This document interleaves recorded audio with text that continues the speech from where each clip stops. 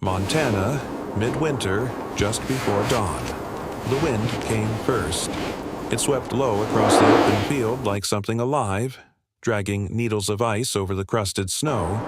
There were no fences out here, no trees, just miles of white and a sky the color of cold steel beginning to lighten at the edges. State Trooper Jim Miller eased his cruiser to a stop along the shoulder of a two-lane highway that cut through nothing but open range. The call had been simple enough. Possible stray livestock spotted near mile marker 47. A hazard. That was all dispatch had said. Jim killed the engine. For a moment, the only sound was the ticking of hot metal cooling under the hood. Then the wind took over again. He stepped out into it, collar pulled high, boots crunching through wind-hardened snow. The red and blue from his light bar washed faint color across the field before fading into gray distance. He scanned the road first. Nothing. Then he saw it, about 50 yards out. A horse, dark against the white, motionless. The stallion stood in the open field as if placed there. Frost clung to his mane and eyelashes, turning him almost silver at the edges. His ribs showed sharp beneath a coat once strong and muscular. Steam rose faintly from his nostrils, each breath shallow and deliberate.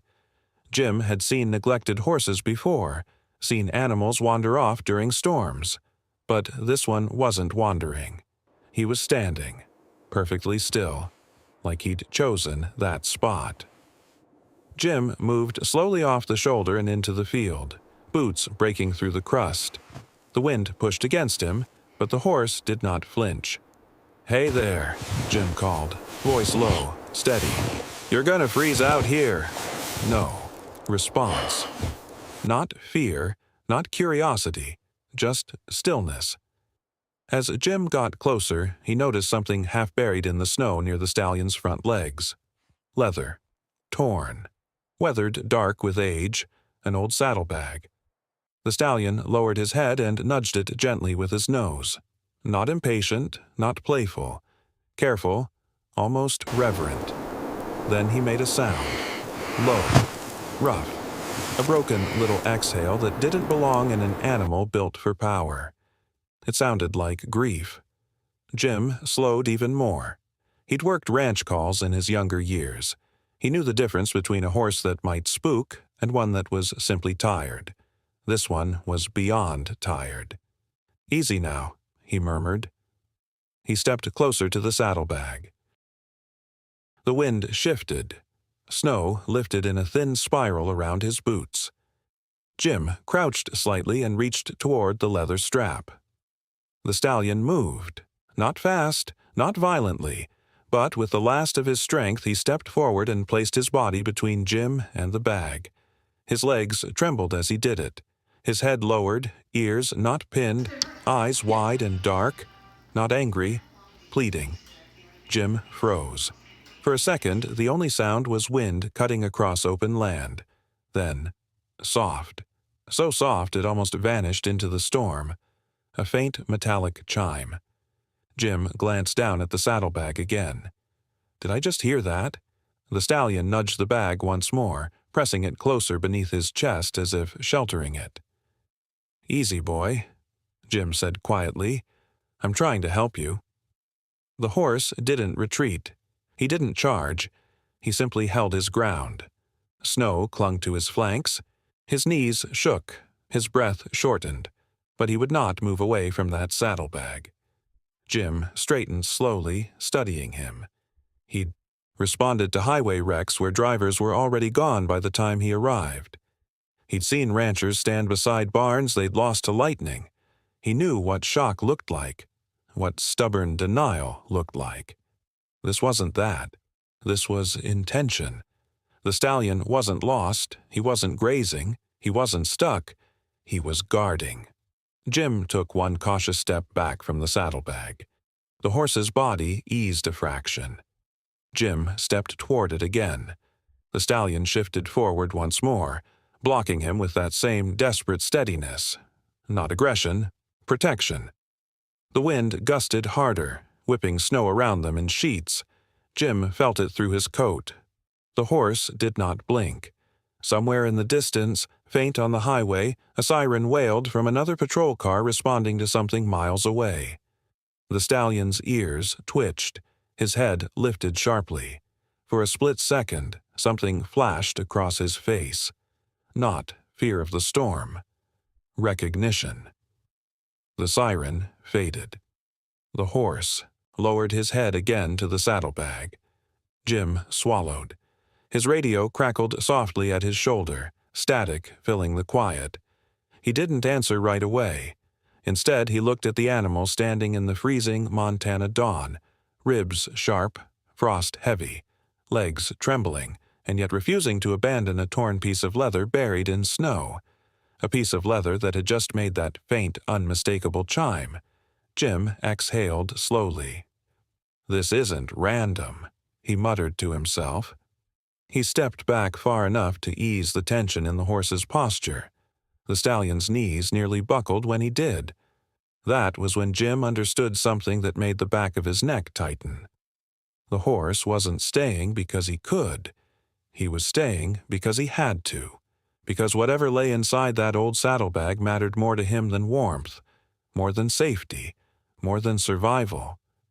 Wind roared across the open field again, rattling dry brush at the edge of the range.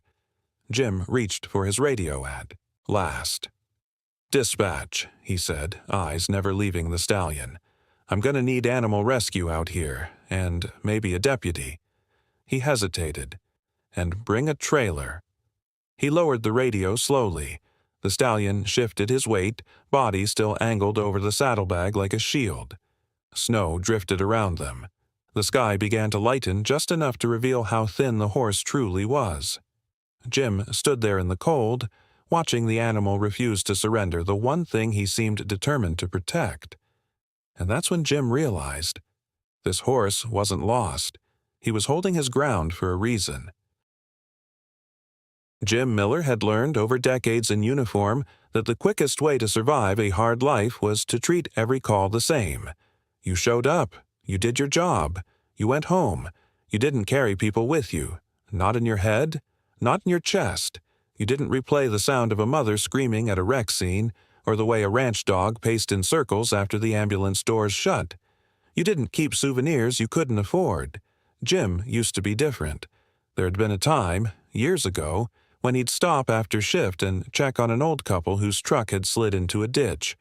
When he'd sit a little longer with a shaken kid, just to make sure the kid wasn't pretending to be braver than he felt. But time sanded that down. The winters got harsher. The calls got heavier. The endings didn't always have a neat place to set them.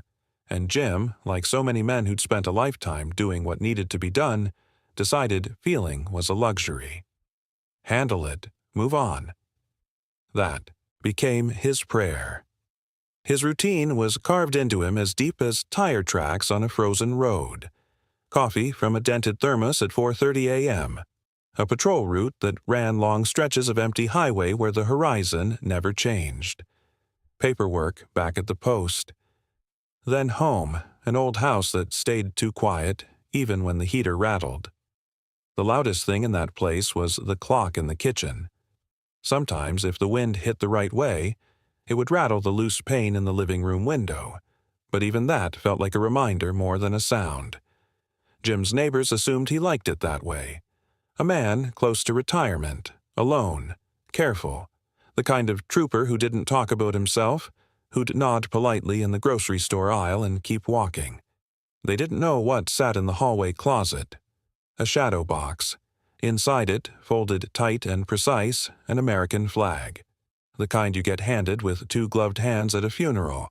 The kind that leaves you holding something that weighs, pulled strangers from snowbanks, laughed, pulled strangers from snowbanks, laughed about burnt station coffee and the ridiculous way Montana weather could go from clear skies to whiteout in minutes.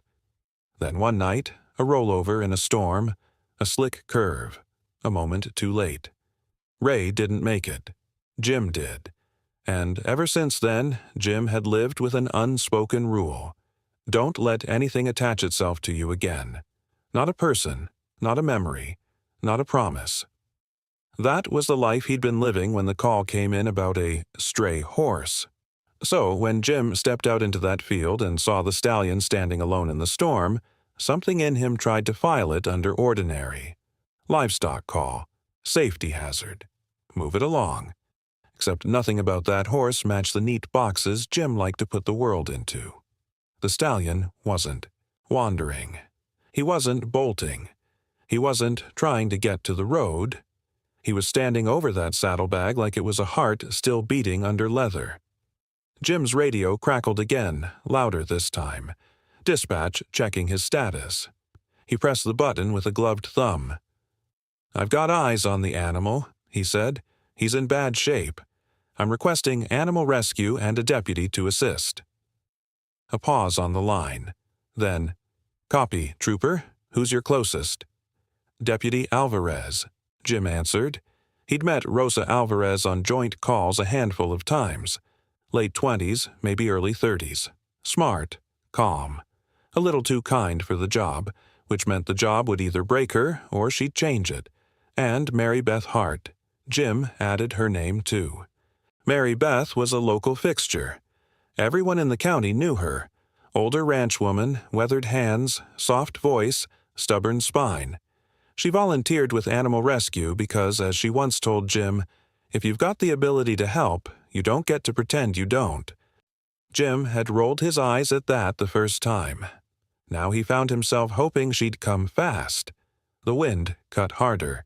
The stallion's legs trembled again, and Jim saw the truth plainly. The horse was spending energy he didn't have just to stay standing. Jim stepped closer, but not toward the saddlebag. Toward the horse's shoulder. Slow, careful, keeping his hands low. "All right," he murmured as if the animal could understand the shape of his words. "We're going to get you out of this." The stallion's ears flicked, then settled. He didn't relax exactly, but he didn't lunge to block Jim either, because Jim wasn't reaching for the bag. Jim tried a gentle angle, guiding the horse a few steps.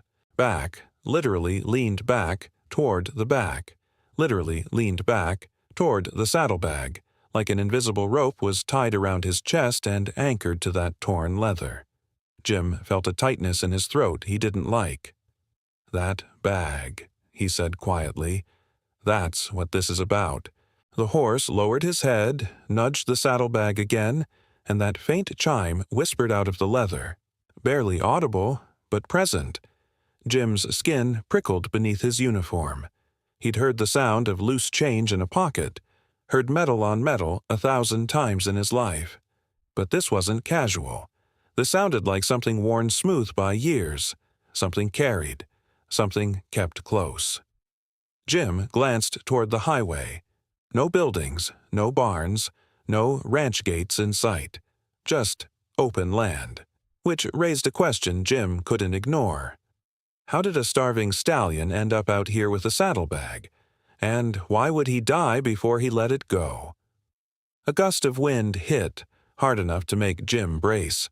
Snow swirled around the horse's legs. The stallion swayed again. Jim moved instinctively, stepping closer to steady him, careful not to spook him. The horse's skin felt cold under the frost, but there was warmth beneath. Still life. Still fight. Jim's jaw clenched. He'd seen that look. Before. Not in animals, in people. The look that said, "I don't have much left, but I'm not leaving this behind." He thought of Ray's flag in the closet. The way it sat there, untouched, because even looking at it meant admitting something had changed forever. He pushed the thought away. Not now. He checked his watch. Rescue should be here soon, but minutes mattered in weather like this.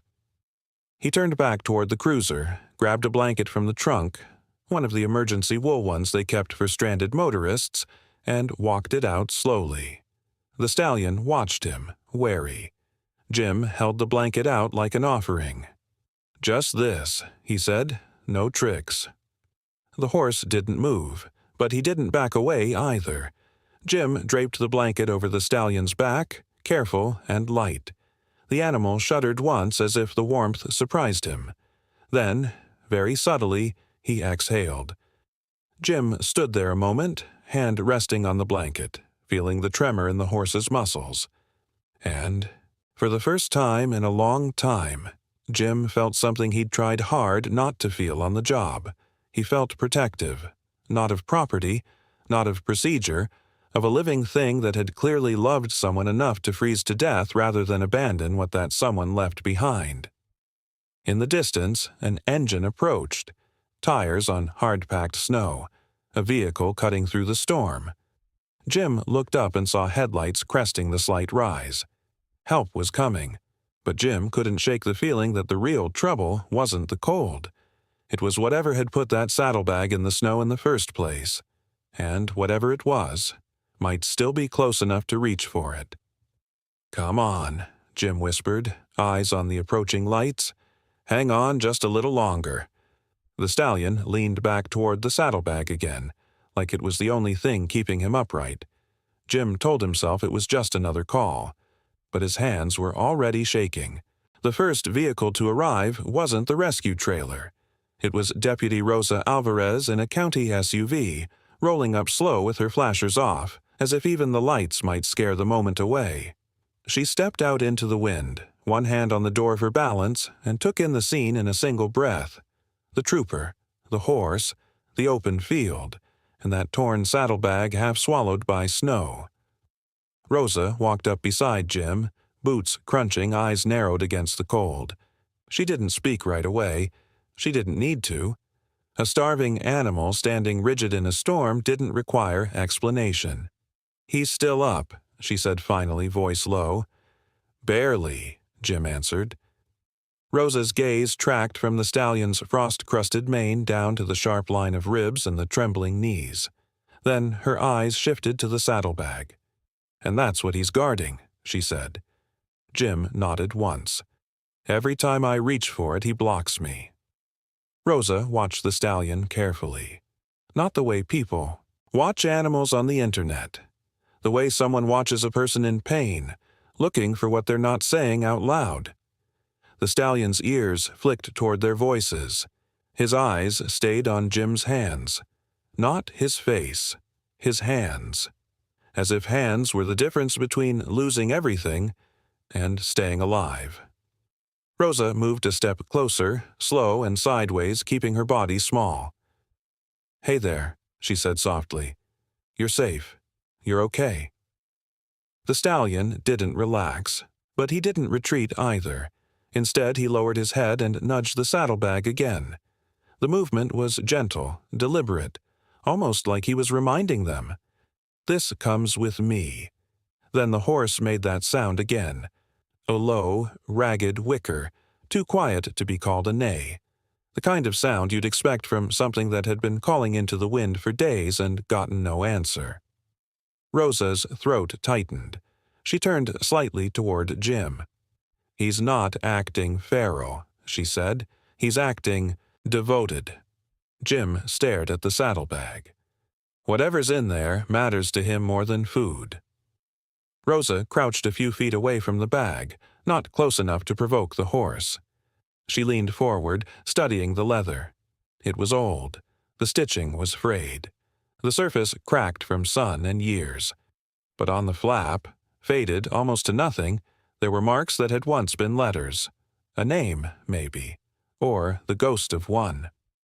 Rosa reached out a gloved hand, not to touch, just to point. "See that?" she murmured. Jim crouched beside her. He followed her finger. The letters were too worn to read, but the fact they existed at all said one thing clearly. That bag wasn't trash. It belonged to someone who'd carried it long enough for the world to wear it down. The wind gusted again. Snow swept across the field like smoke.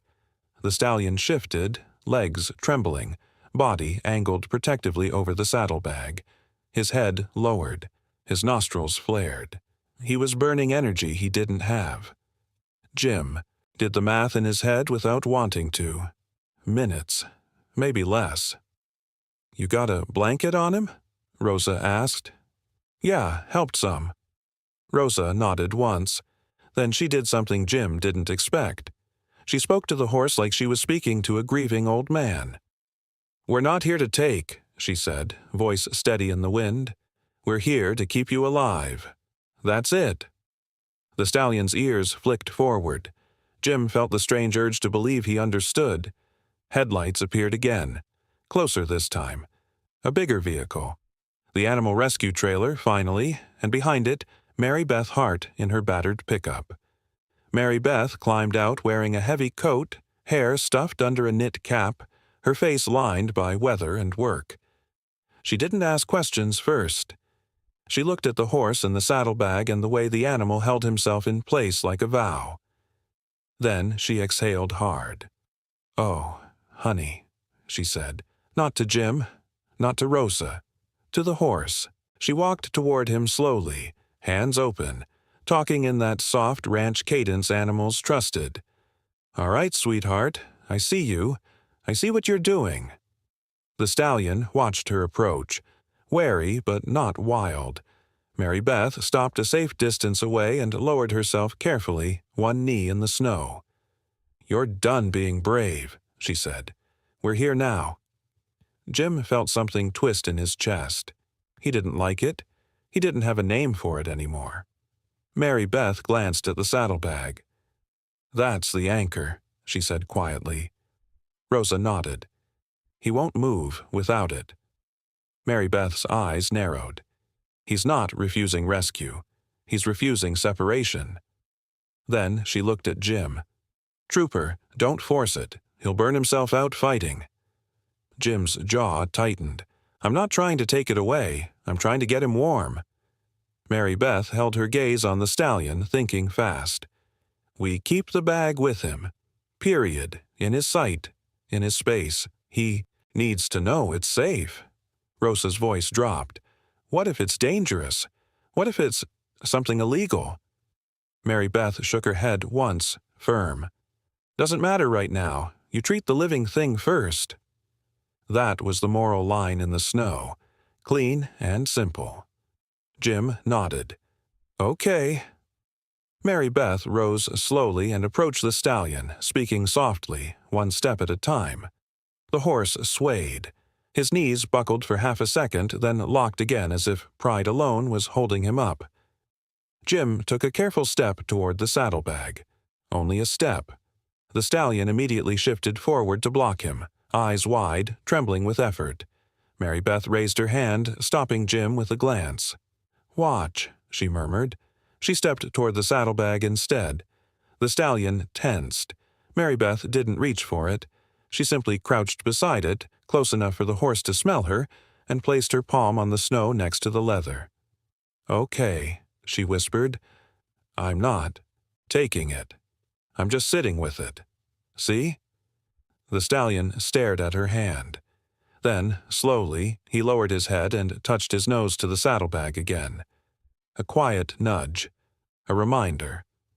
Mary Beth looked up at Jim. "He's telling you," she said. "He's saying this comes with me." Jim swallowed. "Yeah," he said. "I hear him." Rosa shifted closer, listening. And that's when she heard it again, clearer now that she was near. A soft, metallic clink, clink. Not loud, not random. A sound like something small and heavy, moving inside leather with every breath of wind. Rosa's eyes lifted to Jim's. "You hear that?" she asked. Jim nodded once, face tight.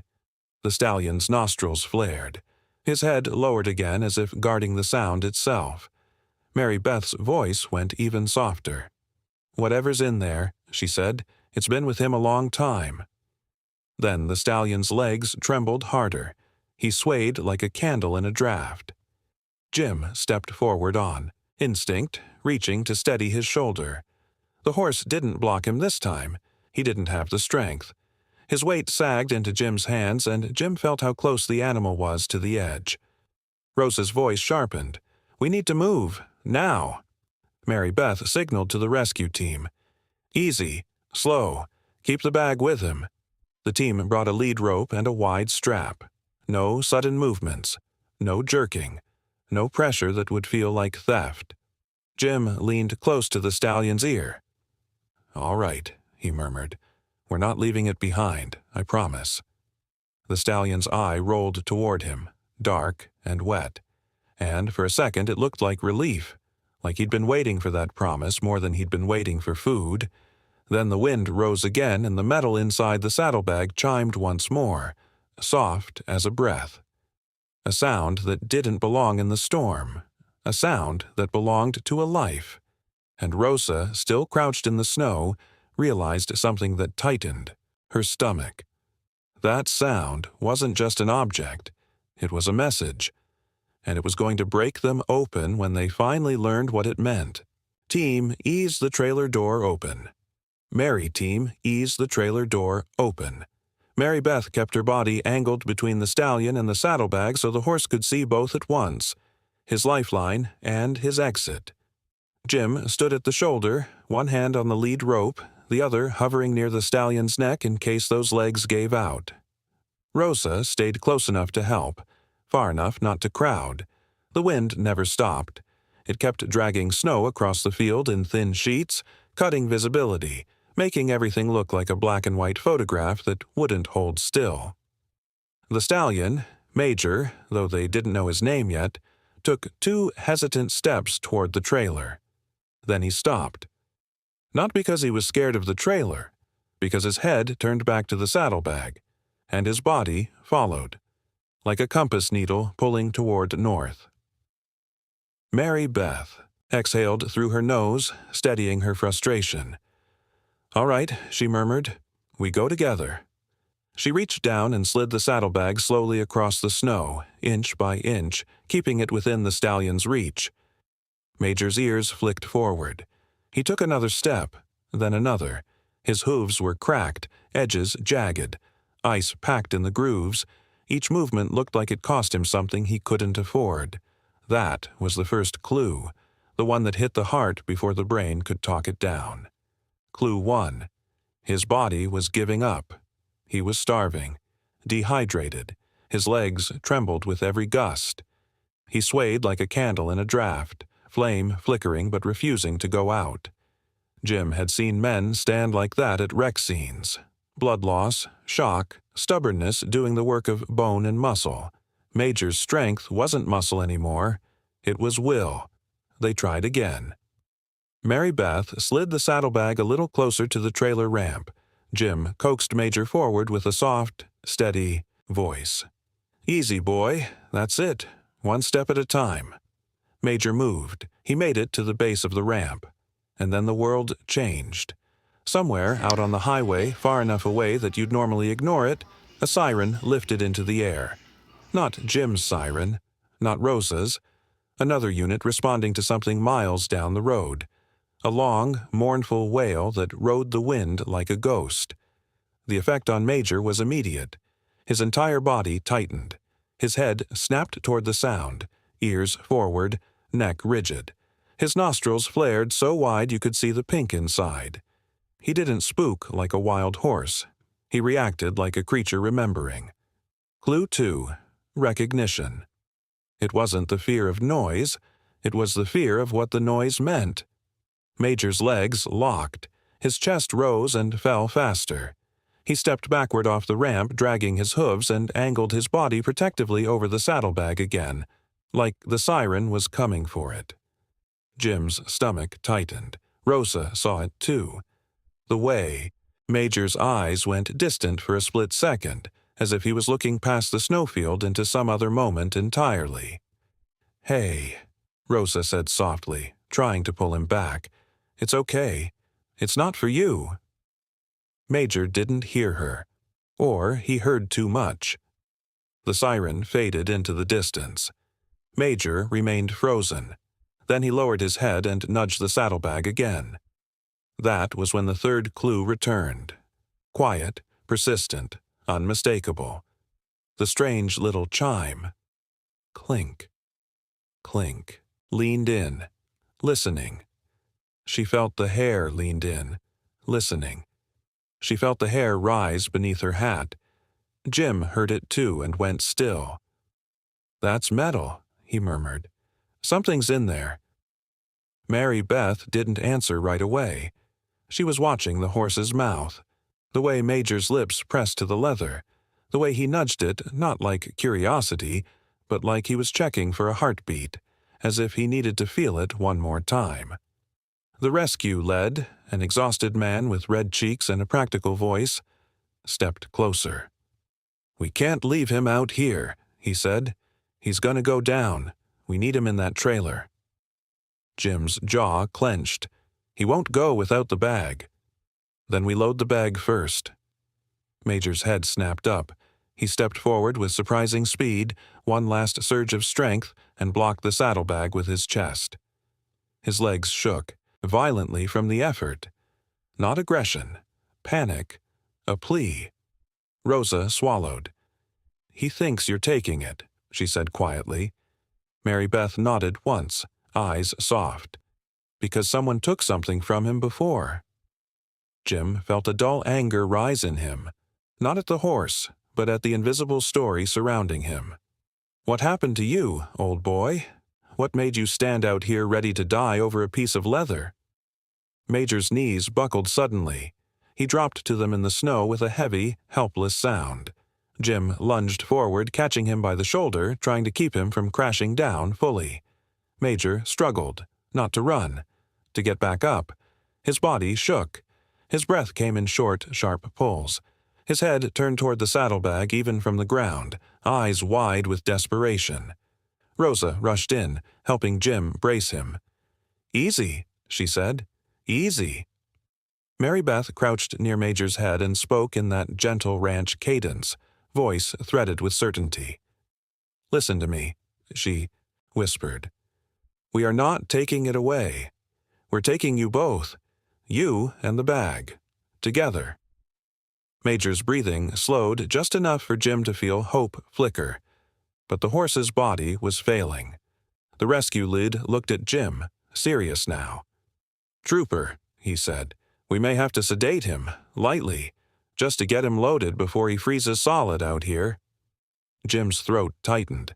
Sedation on a horse this weak was a risk. Every rancher knew that. But leaving him out here was a death sentence. Jim looked into Major's eye, saw the dull sheen of exhaustion, saw the stubborn spark still burning behind it. Major wasn't fighting rescue. He was fighting loss. Jim made the decision the way men like him always did, quietly, without drama, knowing the cost either way.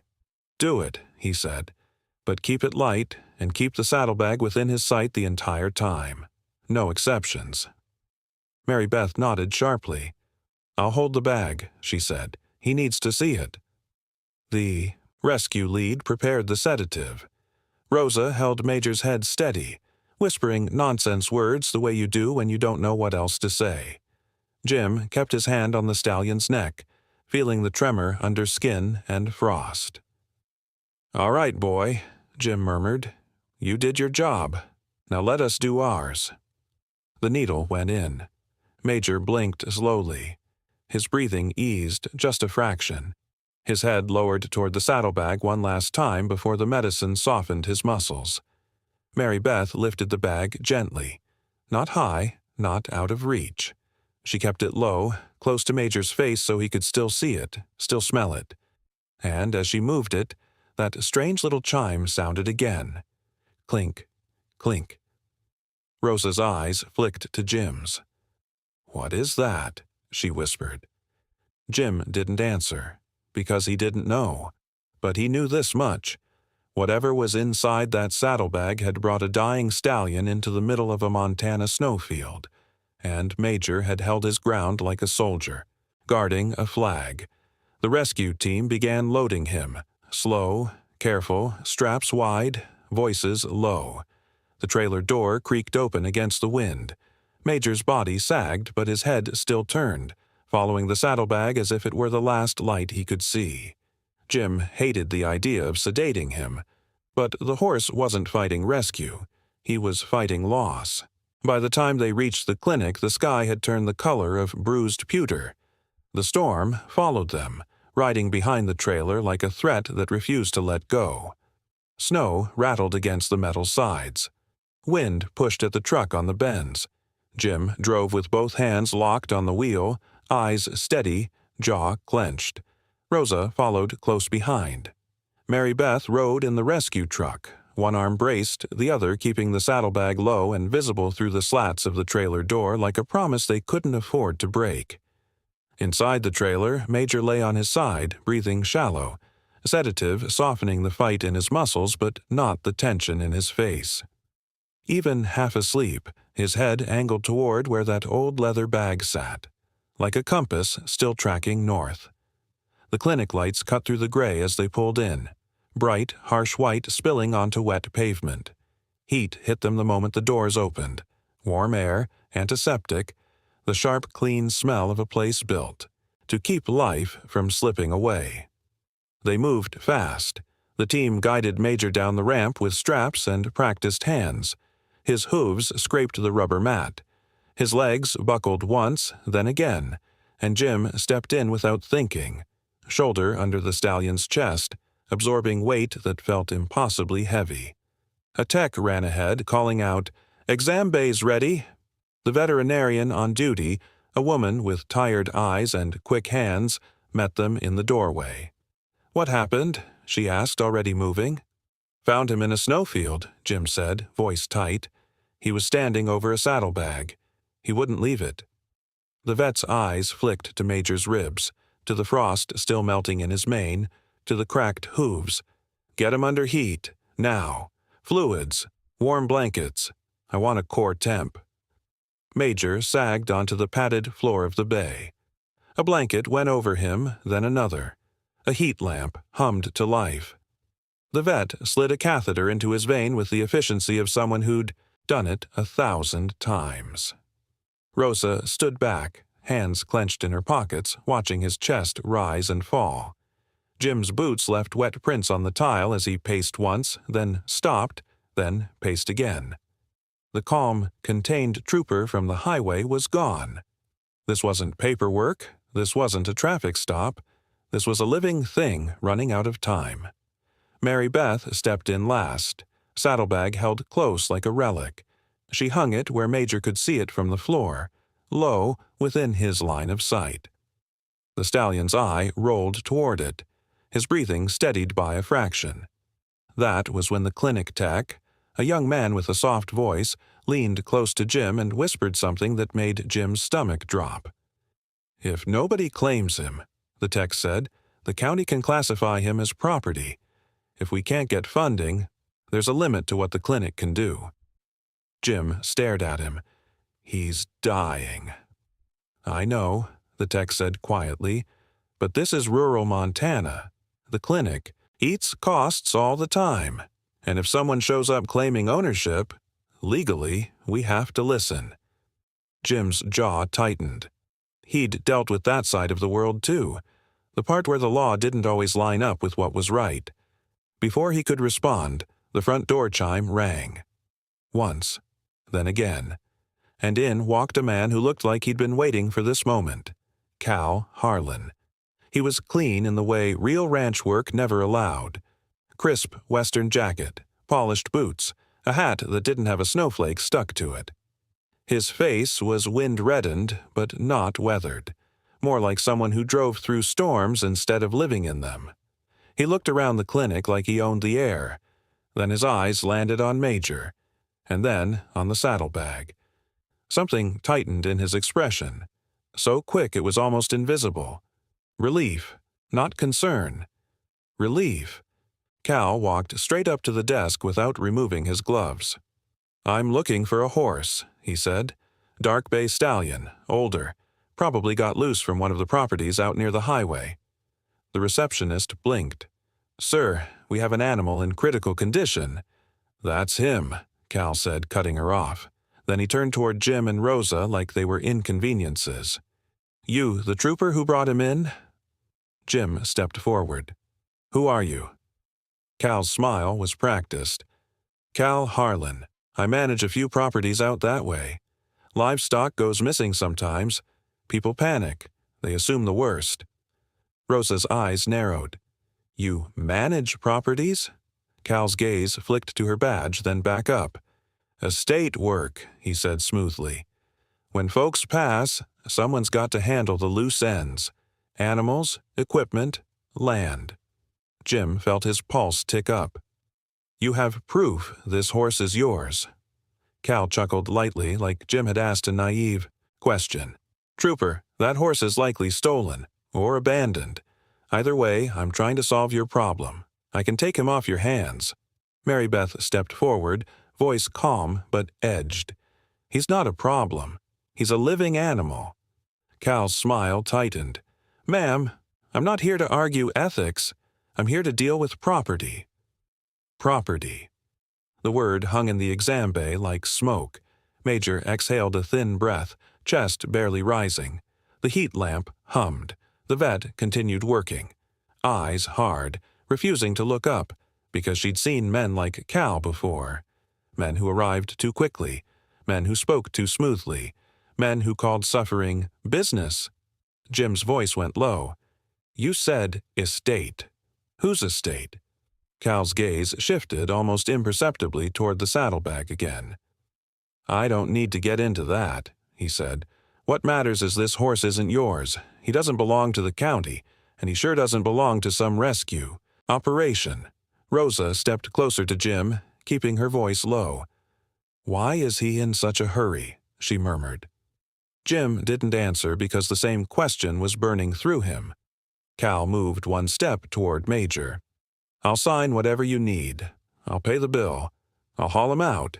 You did your part, Trooper. Jim blocked him with his body. Cal stopped, eyes flashing cold for the first time. Excuse me? You want him, Jim said. You show proof. Real proof.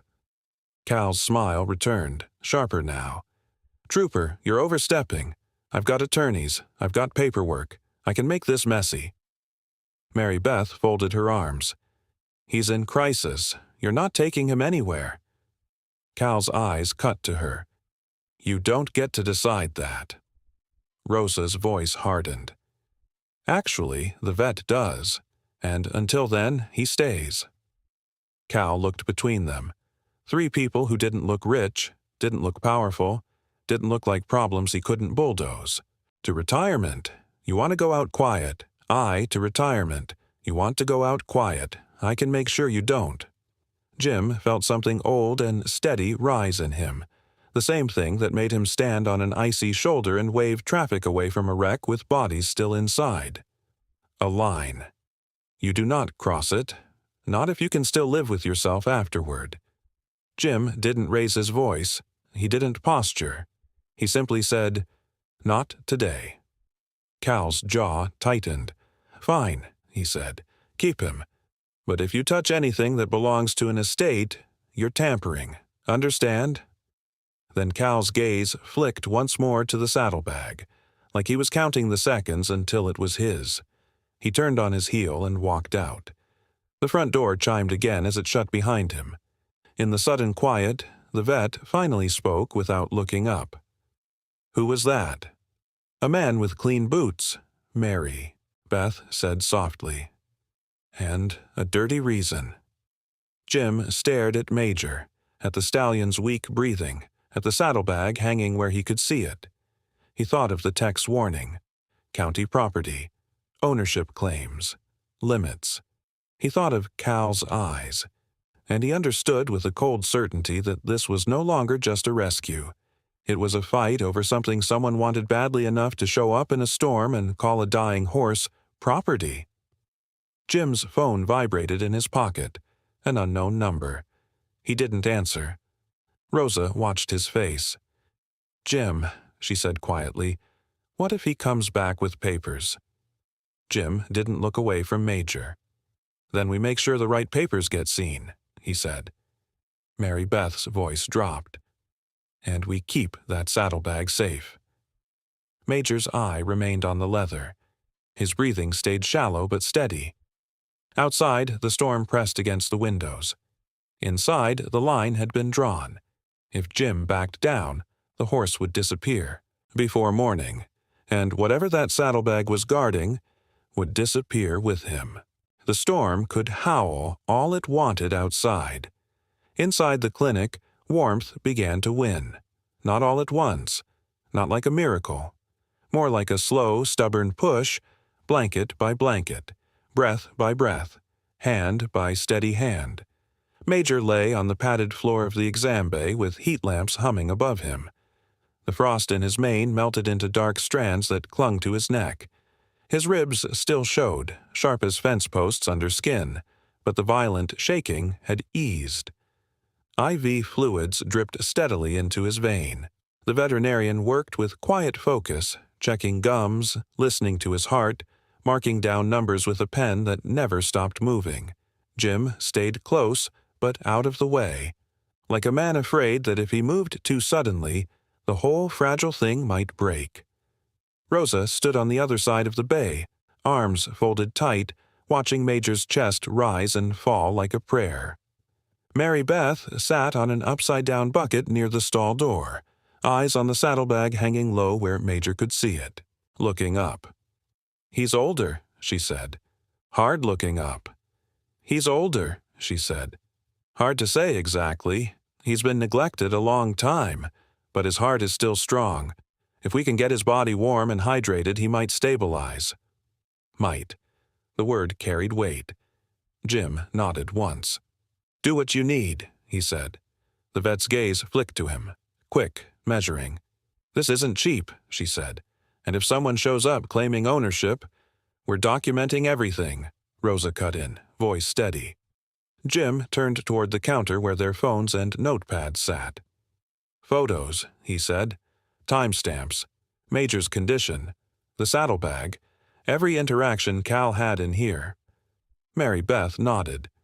"Chain of custody," she said. "Like it's evidence. Because it is." Jim's jaw tightened at that. He didn't know what the saddlebag contained yet, but he knew one thing for certain. Cal Harlan cared about it more than the horse, and that meant it mattered. They worked quietly, deliberately.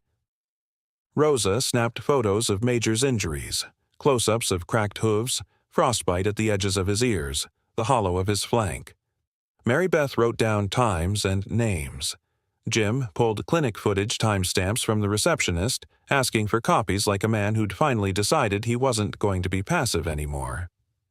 Major's eye stayed half open, always drifting back to the saddlebag, like he was afraid it would vanish if he blinked too long.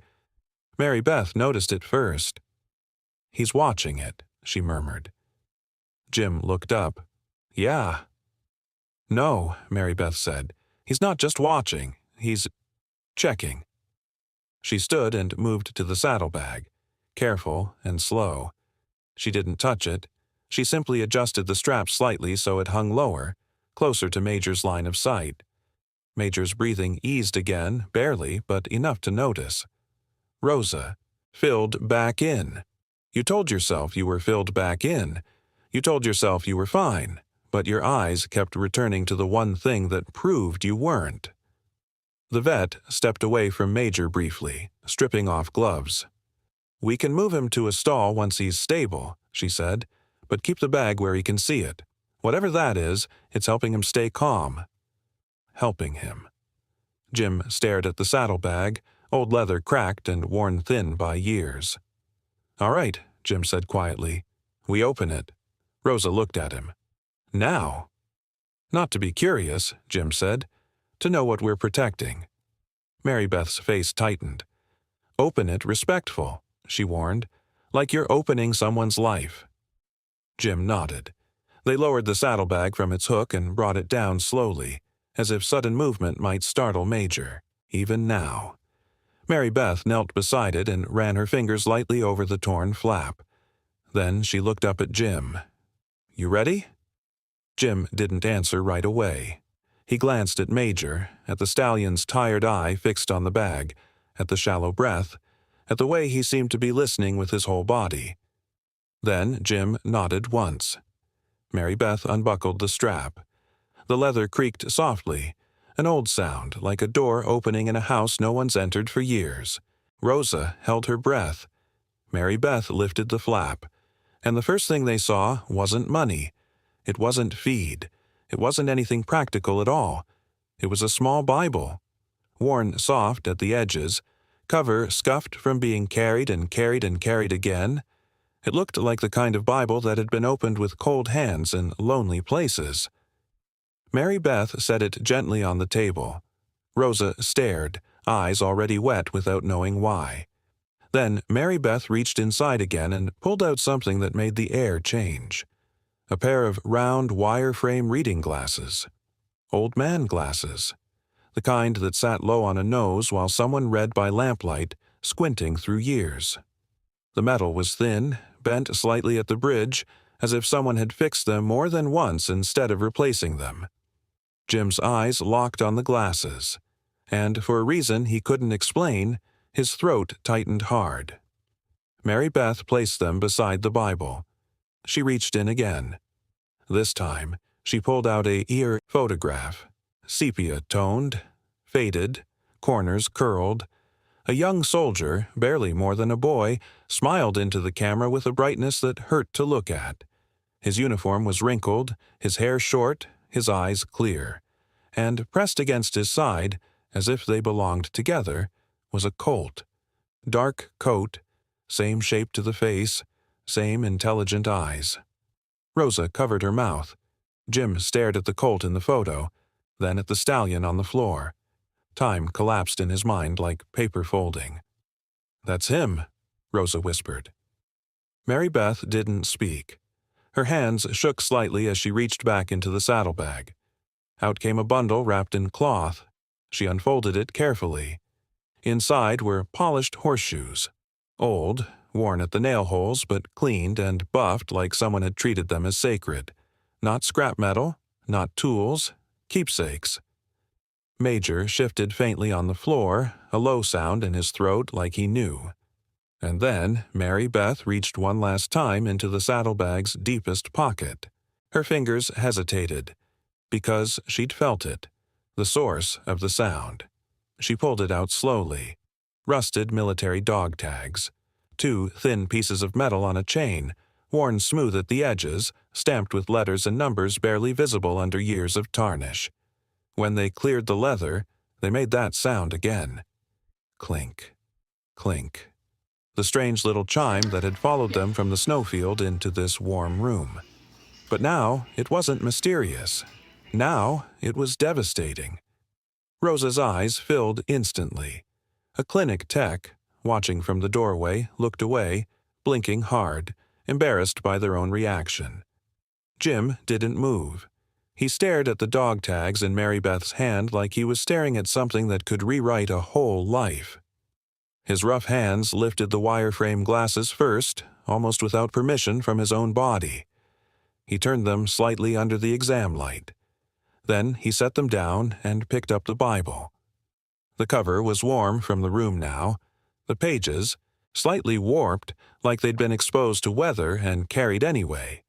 Jim's jaw worked as if he was swallowing something sharp. Rosa watched him, not daring to speak. Jim turned his head away from them, as if he could outrun what was building behind his eyes. He had been a trooper for 30 years. He had stood at death scenes and kept his voice steady. He had delivered news no one should ever have to hear. He had survived by staying sealed shut. But the Bible, the glasses, the photo, the horseshoes, the rusted dog tags, they weren't just objects. They were a life, a lonely life, a faithful life, a life that had been carried in this saddlebag and guarded by a dying stallion in a Montana snowstorm. Jim's shoulders rose with a breath, and then, quietly, he broke. Not loudly, not theatrically, just a single tear that slipped down the side of his face before he could stop it. Then another. Rosa's eyes spilled over, too. She wiped at them angrily, like tears were an insult. Mary Beth stared at the dog tags, lips pressed together so tight they trembled.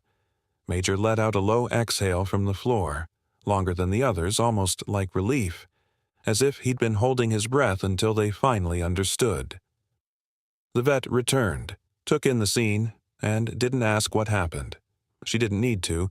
She simply looked at Jim's face and said quietly, "Whoever owned this horse mattered." Jim nodded, eyes fixed on the photo. "He still matters," Jim said. The front desk phone rang. Once. Then again. Rosa stepped out to answer, listening, posture stiffening. When she came back, her face had gone pale. "It's Cal," she said, voice tight. "He says the sheriff's office is on the way. He says that horse belongs to an estate." Jim stared at the saddlebag on the table, at the dog tags still swinging slightly, still chiming softly in the warm air. Clink, clink, no longer haunting. Now, painful. Jim set the Bible down carefully. He wiped his face, with the back of his hand like he was angry at himself for needing to. Then he looked at Rosa and Mary Beth with a steadiness that hadn't been there before. "Let them come," Jim said, because now he knew what they were protecting, and he wasn't about to let anyone take it. The sheriff's deputy arrived 40 minutes later. Not a full convoy, not a dramatic raid, just one county unit rolling into the clinic lot under a low, bruised sky, because this was Montana, and most conflicts out here started the way storms did, quietly, then all at once. Cal Harlan showed up 5 minutes after that. Same clean boots, same polished confidence, same look in his eyes that said he'd already decided how this would end. He walked in with a folder tucked under his arm like a weapon that didn't leave bruises. Jim was waiting in the lobby, not pacing anymore, not shaking. Behind him, Rosa stood near the hallway to the exam bay. Mary Beth sat in a chair by the window, hands folded tight, saddlebag strap looped around her wrist like she was afraid it might vanish if she blinked. The deputy, a tired man in his 40s with a calm face, looked between them. "What's going on?" he asked. Cal stepped forward first. "Deputy, appreciate you coming. I'm here on behalf of an estate. There's a horse in the back. That horse belongs to the estate, along with certain personal property." His gaze flicked toward the hallway, toward the saddlebag. Jim's voice was level.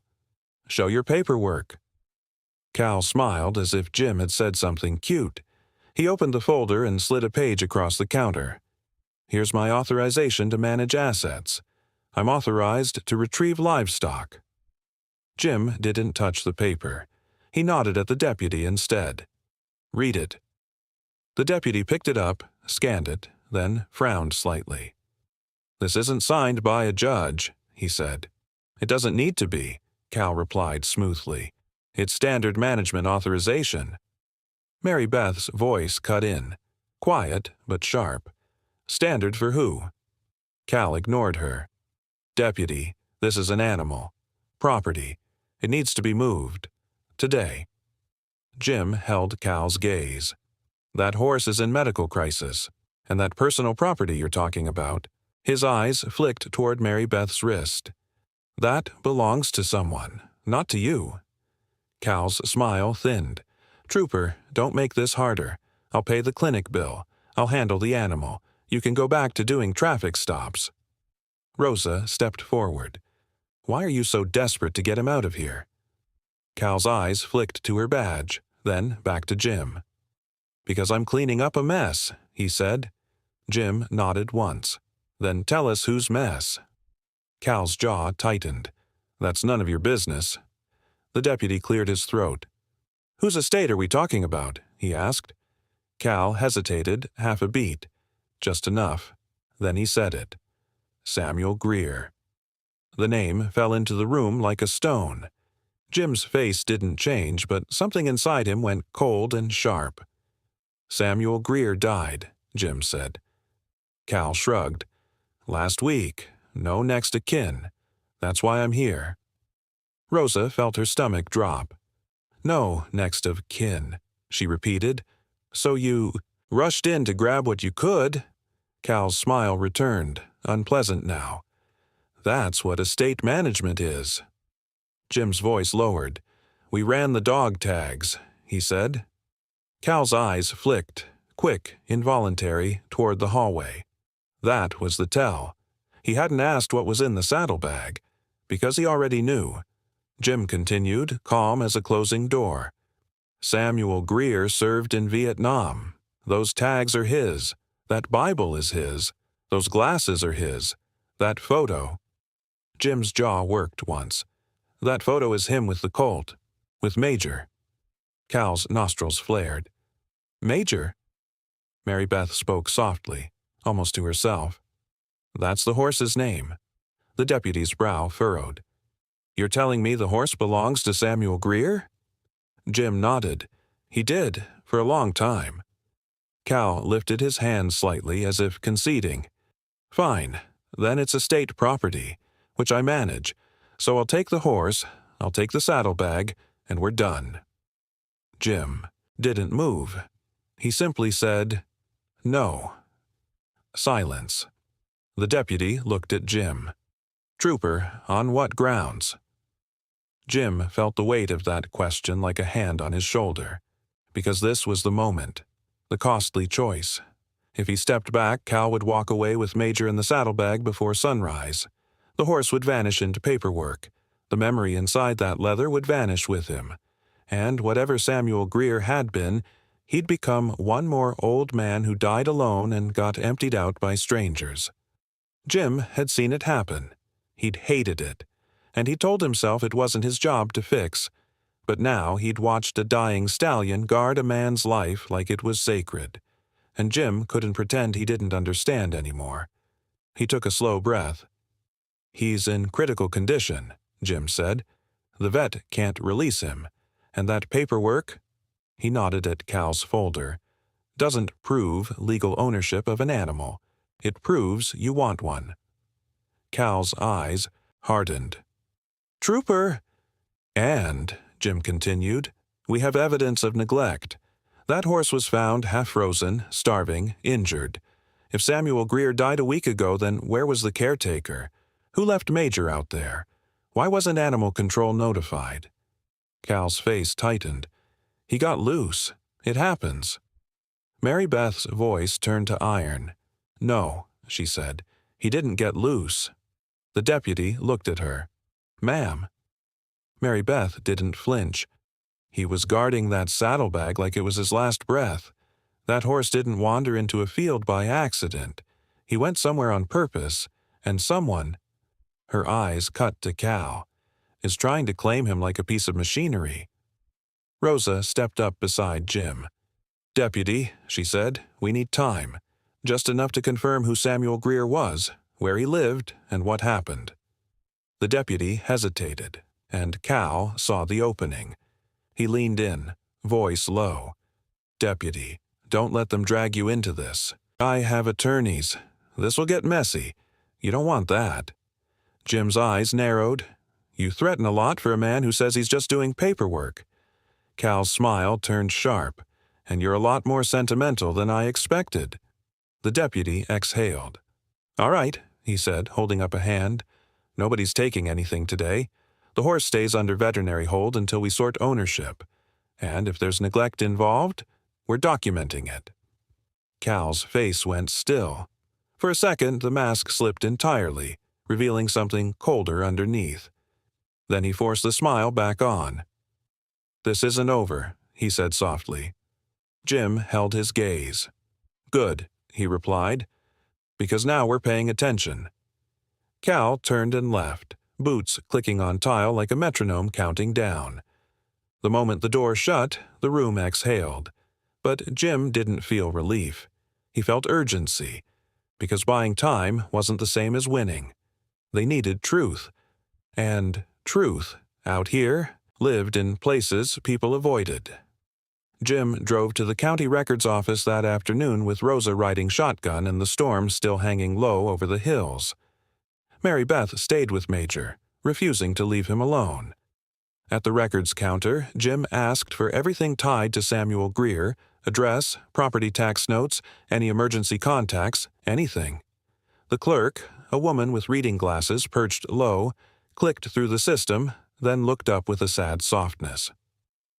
Samuel, she said. Yeah, I remember him. Quiet man.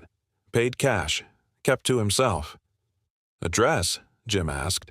The clerk slid a printout toward him. Old place out by the BLM land. Gravel road past the cottonwoods. You can't miss it.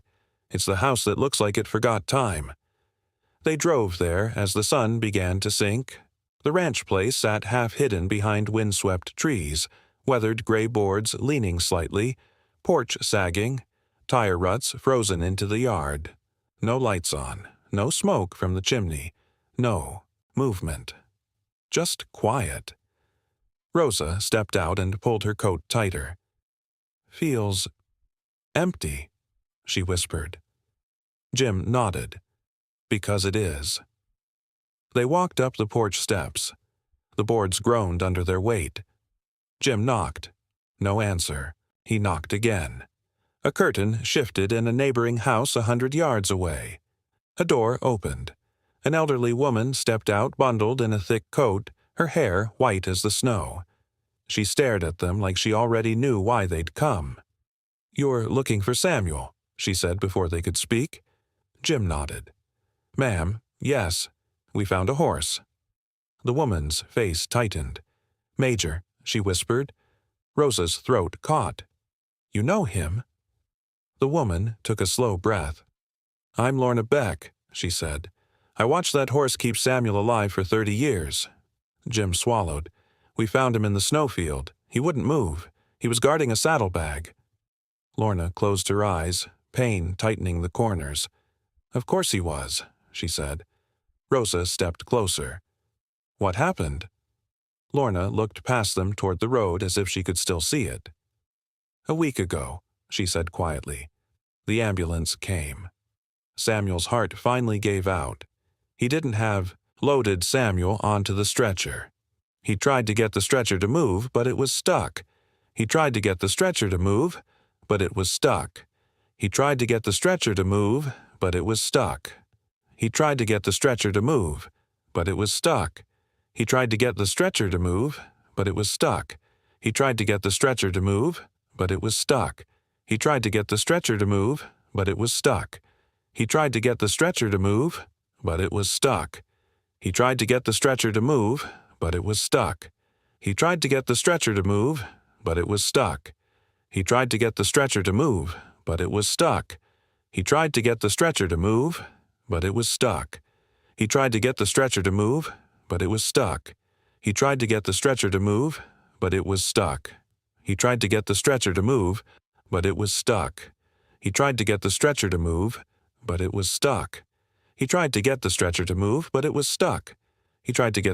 to move, but it was stuck. He tried to get the stretcher to move, but it was stuck. He tried to get the stretcher to move, but it was stuck. He tried to get the stretcher to move, but it was stuck. He tried to get the stretcher to move, but it was stuck. He tried to get the stretcher to move, but it was stuck.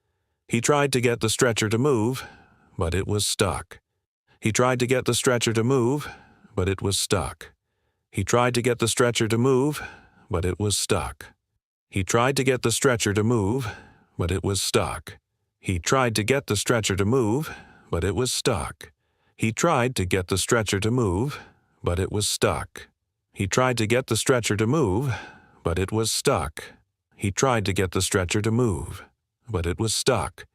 He tried to get the stretcher to move, but it was stuck. He tried to get the stretcher to move, but it was stuck. He tried to get the stretcher to move, but it was stuck. He tried to get the stretcher to move, but it was stuck. He tried to get the stretcher to move, but it was stuck. He tried to get the stretcher to move, but it was stuck.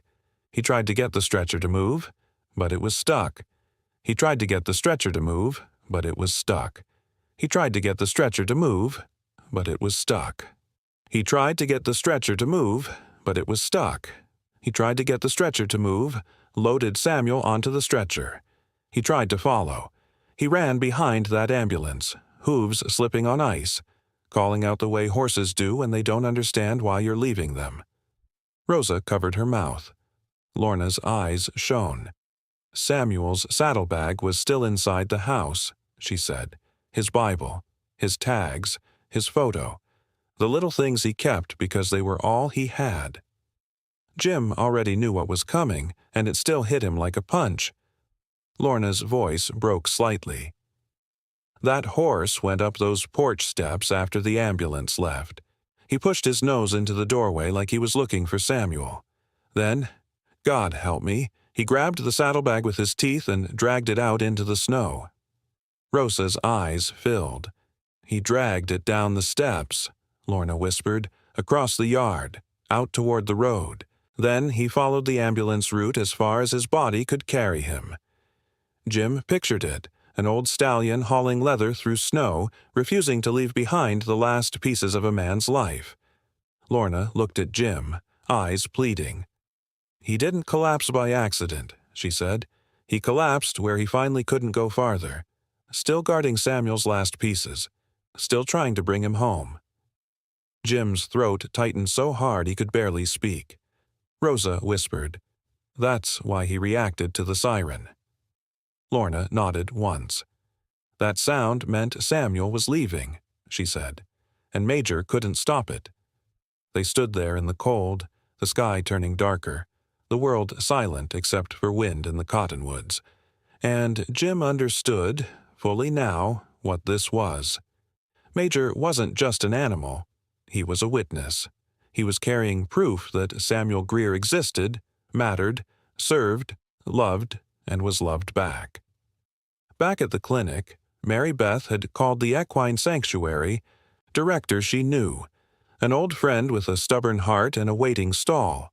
She'd also called the local veterans group, and the response came fast, not in headlines, but in small acts. $20, $50. A note left at the front desk that read, "For the horse who didn't leave his soldier." A retired farrier offering free hoof work. A rancher dropping off senior feed. The kind of kindness that didn't ask permission. Cal Harlan returned the next morning, angrier now, with a new folder and a sharper tone. But this time, the room wasn't his. The deputy stood there again. Rosa stood beside Jim. Mary Beth held the saddlebag like a flag, and Jim made the decision that would follow him into retirement and beyond. He signed the emergency placement paperwork, not with a flourish, with a steady hand. Major would be transferred to sanctuary care under welfare protections the moment the vet cleared him for transport. The saddlebag would remain with him. The clinic's documentation would be forwarded to the county attorney. Cal's interference would be recorded in writing. Jim looked Cal in the eye and said the simplest sentence of his career. "This horse stays safe." Cal's smile didn't reach his eyes. "You're making this personal," he hissed. Jim nodded once. "Yeah," he said, "because someone should have." Weeks later, the Montana sky looked different, not because the world had changed overnight, but because warmth had found its way into the story. At the sanctuary, Major stood in a paddock with other senior horses, his coat cleaner, weight slowly returning, his eyes softer. He still moved like an old man getting out of bed. Careful, stiff, but he moved. He was alive. They didn't take the saddlebag away. They hung it on a fence post near the spot where Major liked to stand at sunset, watching the horizon like he was still tracking a road. Some evenings, Major would walk up to that post and touch the leather gently with his nose, and the dog tags inside would chime. Clink, clink, not haunted anymore, just present. A small sound in warm air, like a quiet salute. Jim visited once, then again. He stood by the fence in his coat, hands in his pockets, watching Major breathe in golden light. Mary Beth stood beside him. Rosa, off duty, brought a thermos of coffee and didn't say much. They didn't need to. Some stories didn't require speeches. They required witnesses. Jim watched the old stallion nudge the saddlebag one more time, as if checking in, as if saying, "I'm still here." And in that moment, Jim realized something that felt both painful and holy. Loyalty doesn't have an expiration date, and the purest hearts don't just remember love. They guard it until someone finally shows up to carry it home. If Major and Samuel's story moved you, share a comment below. And if you believe kindness still matters, subscribe for more true stories like this.